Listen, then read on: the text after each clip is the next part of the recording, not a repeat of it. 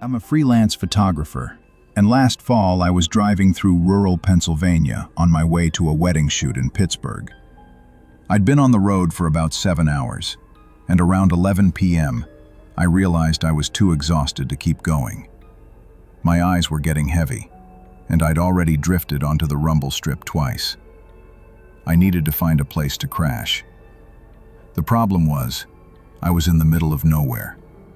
Just empty 2-lane highway cutting through dense forest. No gas stations, no rest stops, nothing. I was starting to think I'd have to pull over and sleep in my car when I finally saw it. A motel sign. Half the bulbs burned out, but I could still make out the words Pine Valley Motor Lodge. I pulled into the gravel parking lot. The place looked like it hadn't been updated since the 70s. Single-story L-shaped building, maybe 20 rooms total, painted this faded yellow color that looked gray in the dark. There were only 3 other cars in the lot, all of them looking as run down as the building itself. The office was in the corner unit. I walked in and immediately got hit with this smell, like old cigarettes and pine air freshener trying to cover up mildew. Behind the desk was this woman, maybe in her 60s, watching a small TV with terrible reception. She barely looked at me when I walked in. I asked for a room and she said $70. I handed her my credit card, but she shook her head and said cash only. I should have left right then, but I was so tired I just didn't care anymore. I pulled out $80 from my wallet and she gave me back a 10 and a key attached to a diamond-shaped plastic tag with the number 12 on it. She didn't say anything else, just went back to watching her fuzzy TV show. No welcome, no information about checkout time, nothing. I took the key and headed back outside. Room 12 was at the far end of the building, last door on the right. The parking lot lights didn't reach that far, so I had to use my phone flashlight to find the lock. The key was old and the lock was stiff. I had to jiggle it around for a good 30 seconds before I heard it click and the door finally opened. I stepped inside and felt along the wall for the light switch. When the lights came on, I just stood there for a second, taking it in. The room was exactly what you'd expect. Worn brown carpet with stains I didn't want to think about. A queen bed with a floral comforter that looked like it came from a thrift store. Dark wood paneling on the walls, and a CRT television sitting on a dresser that had cigarette burns on top. There was a small bathroom to my left, a closet with no door, and a window with heavy curtains that were already pulled shut. The air in the room was stale and cold, like nobody had stayed there in weeks. I closed the door behind me and tried to lock it. The deadbolt was one of those old ones where you had to turn the little knob, but it wouldn't budge.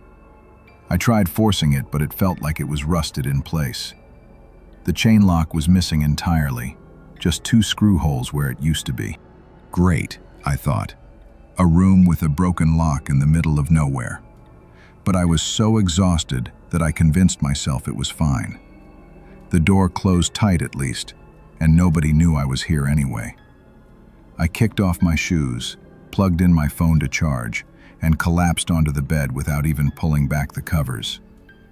The mattress was lumpy, and the whole bed frame creaked when I moved, but I didn't care. I set an alarm for 6 a.m. and closed my eyes. I don't know how long I'd been asleep when I woke up to a sound. At first, I thought it was part of a dream, but then I heard it again. Footsteps. Someone was walking back and forth right outside my door. I stayed completely still, listening. The footsteps were slow and deliberate, pacing from one end of the door to the other, then back again. I looked at my phone. It was 2:47 a.m.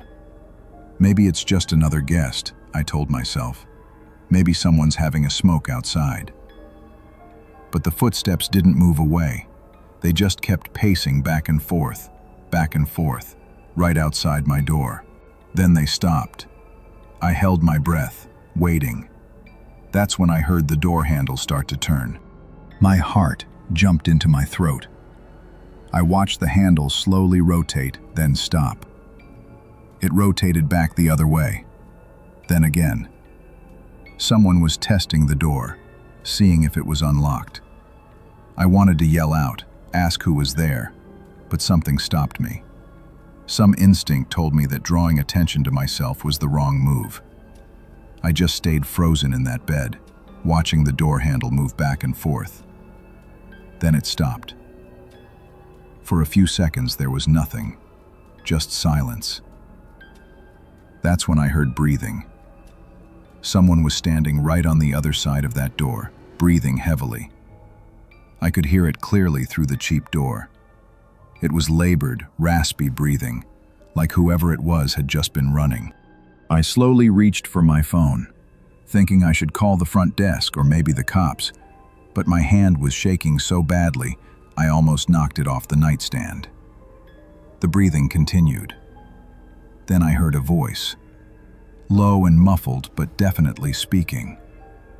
At first, I couldn't make out what it was saying, but then I realized it was repeating the same thing over and over. Let me in. Let me in. Let me in. It was a man's voice, flat and emotionless. Not angry, not scared, just stating it like a fact. Let me in. Let me in. Let me in. I grabbed my phone and pulled up the front desk number that was written on a card next to the lamp. My hands were shaking so badly it took 3 tries to dial it. It rang and rang and rang. Nobody picked up. The voice outside kept going. Let me in. Let me in. Let me in. I hung up and dialed again. Still no answer. I was about to call the cops when suddenly the voice stopped. The breathing stopped. Everything went silent. I waited, listening for any sound, but there was nothing. Whoever had been outside my door was gone. I didn't sleep the rest of that night. I sat up in bed with my back against the headboard, phone in hand, watching that door until the sun started coming up. Around 6:30 a.m., when there was finally enough light outside, I grabbed my stuff and got out of there. I went to the office to complain and maybe get my money back, but the same woman was there and she looked at me like I was crazy when I told her what happened. She said nobody else was staying in that section of the motel and that I must have been dreaming. But I know what I heard. I know someone was outside that door trying to get in. And when I walked back to my car, I noticed something I hadn't seen in the dark the night before. Right next to my door, on the wall, someone had scratched something into the paint. It was hard to read, but I could just make it out. It said, "He never left." I got in my car and drove away as fast as I could. I don't know what that meant and I don't want to know. All I know is I'll never stay at a roadside motel again, especially one where the locks don't work.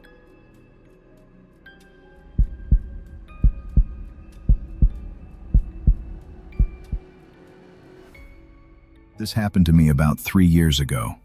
I was driving from Texas to Colorado to visit my sister, and I'd planned to do the whole drive in one day.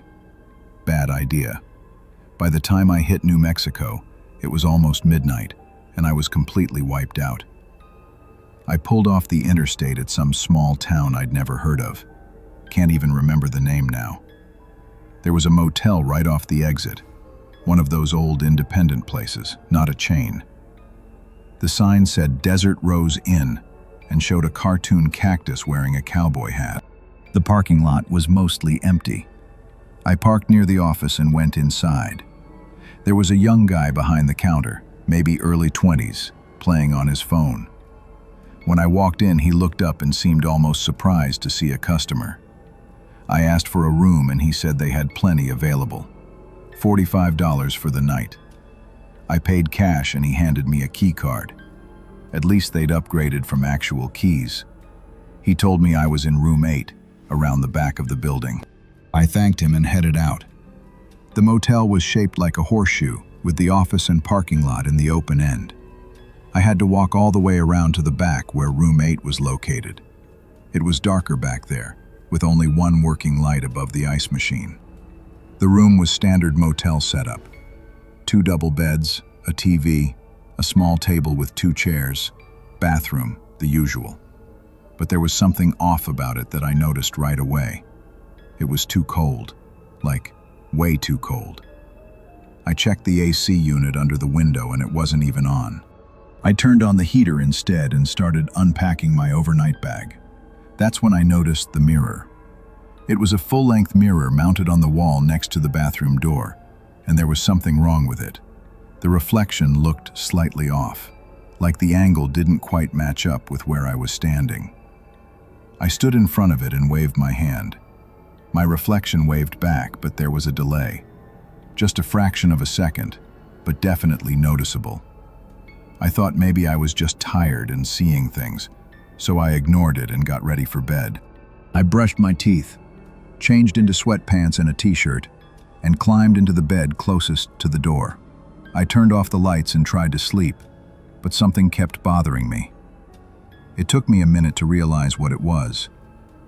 The room was still freezing cold. The heater had been running for 20 minutes, but it hadn't made any difference. My breath was visible in the air. I got up and checked the heater again. It was blowing hot air, but somehow the room was getting colder instead of warmer. That's when I looked at the mirror and froze. In the darkness, I could just barely see a reflection in it. But it wasn't my reflection. There was someone standing in front of the mirror, facing it. A woman with long dark hair, wearing what looked like a white nightgown. I flipped the light switch. The room lit up, and the mirror showed exactly what it should. My rumpled bed, the other empty bed, the table, the TV.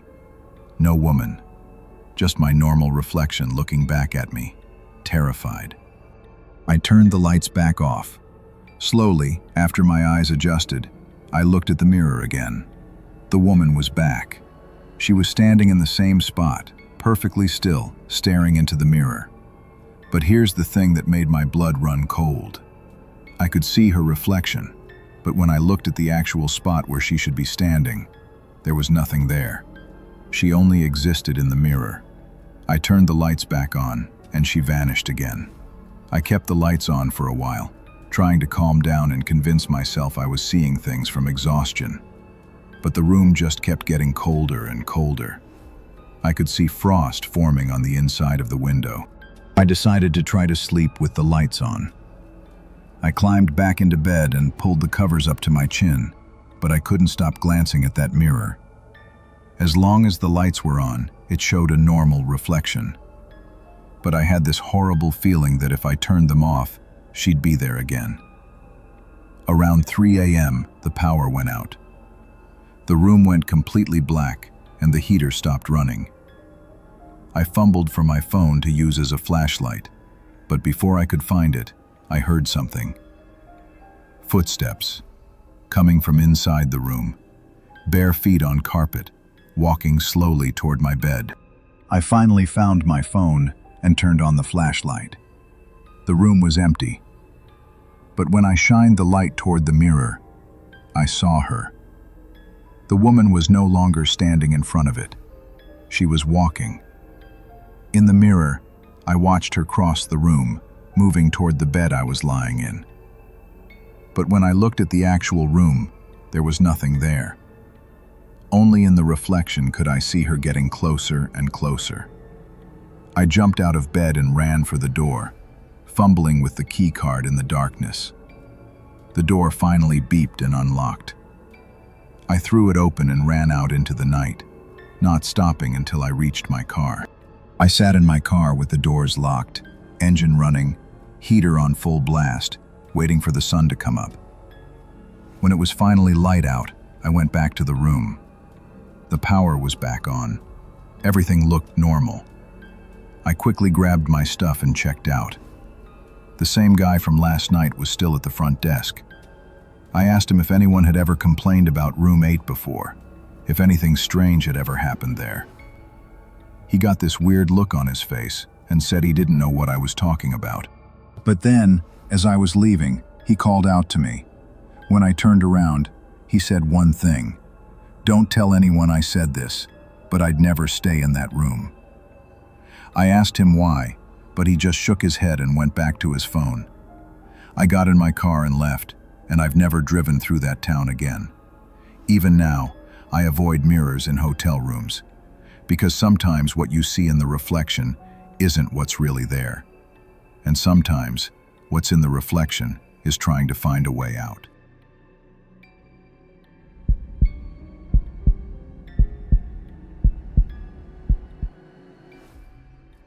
I used to work night shift at a motel off Interstate 40 in Tennessee.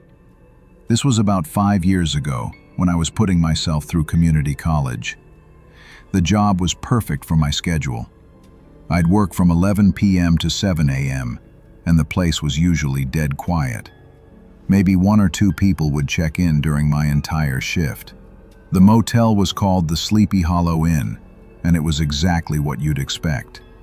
30 rooms, a small office, a vending machine that barely worked, and a pool that had been drained and covered up years ago.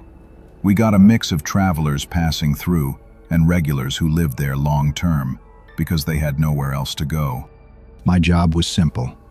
Check in any late arrivals, answer the phone if anyone called from their room, and basically make sure nothing burned down. Most nights I just did homework behind the desk and watched whatever was on the small TV we had. But about 3 months into the job, something happened that made me quit. It started on a Tuesday night. It was raining, and around 1 a.m. this guy came in to check in. He looked to be in his 40s, wearing a soaked jacket and carrying a duffel bag. He said he'd been driving for hours and needed a place to crash. I checked him in and gave him the key to room 24. He paid cash, didn't ask for a receipt, and headed out into the rain. I watched him walk to his room, go inside, and close the door. Nothing unusual. About an hour later, the phone at the desk rang. I picked it up and said, "Front desk." There was breathing on the other end, but nobody spoke. Then a voice, really quiet, said, "He's in my room." I asked who was calling and what room they were in. The voice said, "Room 24. There's someone in here with me. I can hear him breathing." I told him he was the only person staying in room 24, that he'd just checked in an hour ago. The voice got louder, more panicked. "No, you don't understand. I can hear him. He's standing right next to the bed." Then the line went dead. I tried calling the room back, but it just rang and rang. I didn't know what to do. It could be a prank, or maybe the guy was drunk or on something. But something about the fear in his voice made me nervous. I grabbed the master key and a flashlight and headed out to room 24. The rain was coming down hard, and I was soaked by the time I got there. I knocked on the door and called out, asking if everything was okay. No answer. I knocked again, louder this time. Still nothing. I used the master key and opened the door. The lights were off. I flipped the switch and the room lit up. It was empty. The bed was made. The TV was off. There was no duffel bag, no wet jacket, no sign that anyone had been there at all. I stood there confused, wondering if maybe I'd given him the wrong room number. But I'd watched him walk to room 24. I'd seen him go inside. I went back to the office and checked the registration. Room 24, paid for 1 night, checked in at 1:07 a.m. I called the room again. This time someone picked up on the first ring. That same quiet voice said, "Why did you let him in?" Then the line went dead again. I was really freaked out now. I went back to room 24 with the flashlight, and this time when I opened the door, the lights were already on. And someone was there. The guy was sitting on the edge of the bed, still wearing his wet jacket, holding his head in his hands. I asked if he was all right, if he was the one who'd called the front desk. He looked up at me, and his eyes were red like he'd been crying. He said, "I didn't call you. I just woke up and you were standing here." I told him I'd been here a minute ago and the room was empty. He looked at me like I was crazy. He stood up and showed me his duffel bag on the floor, his jacket hanging in the closet. He said he'd been asleep for the past hour and had no idea what I was talking about. I apologized and left, but something felt really wrong. Back in the office, I pulled up the security camera footage. We had one camera pointed at the parking lot and the room doors. I rewound to when the guy had checked in. There he was, walking to room 24 in the rain, going inside. But then, about 20 minutes later, the door opened again and he walked out. He got in his car and drove away. The camera showed his car leaving the parking lot at 1:31 a.m., but that was impossible. I'd just been in his room. He was there. I'd seen him sitting on the bed. I watched the footage again. At 2:47 a.m., a car pulled into the lot. It was the same car, same license plate. The same guy got out, walked to room 24, and went inside. He never left after that. I sat there trying to make sense of it. The same person had checked in twice. Or had he? I looked at the registration log again. There was only one entry for room 24. The phone rang. I picked it up and heard that same voice. "He's here again. Please help me." This time I could hear something else in the background. Another voice, talking, but I couldn't make out the words. I asked what room he was calling from. There was a pause, then he said, "I don't know. It says room 24, but I think I'm somewhere else. Nothing looks right." I told him to leave the room and come to the office. He said, "I tried. The door won't open. The windows won't open. I'm locked in." I was about to head back out there when I heard him scream. Not a word, just a pure scream of terror. Then the line went dead. I ran to room 24. The door was locked from the inside. I used the master key, but the deadbolt was engaged. I pounded on the door, yelling for him to open it. Nothing. I ran back to the office and called the cops. They arrived about 10 minutes later. 2 officers. I explained the situation and they went to room 24 with me. One of them knocked and announced they were police. No answer. He told me to open it, so I used the master key. The deadbolt wasn't engaged anymore. The door opened. The room was empty again. No person, no duffel bag, no wet jacket. The bed was perfectly made, like nobody had touched it. The bathroom was empty. Nothing. The officers searched the whole room, checked the closet, under the bed, everywhere. One of them asked me if I'd been drinking. I showed them the security footage, showed them the guy checking in, showed them him leaving and coming back. They watched it with confused expressions.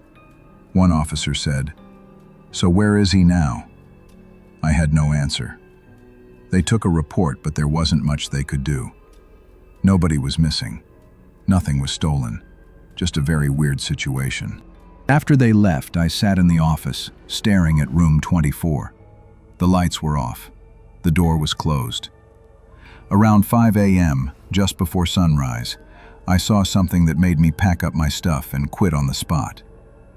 The door to room 24 opened. A figure stepped out. In the dim light, I could see it was the guy, wearing his wet jacket, carrying his duffel bag.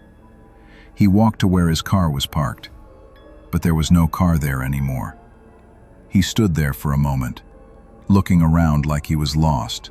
Then he turned and looked directly at the office window, directly at me.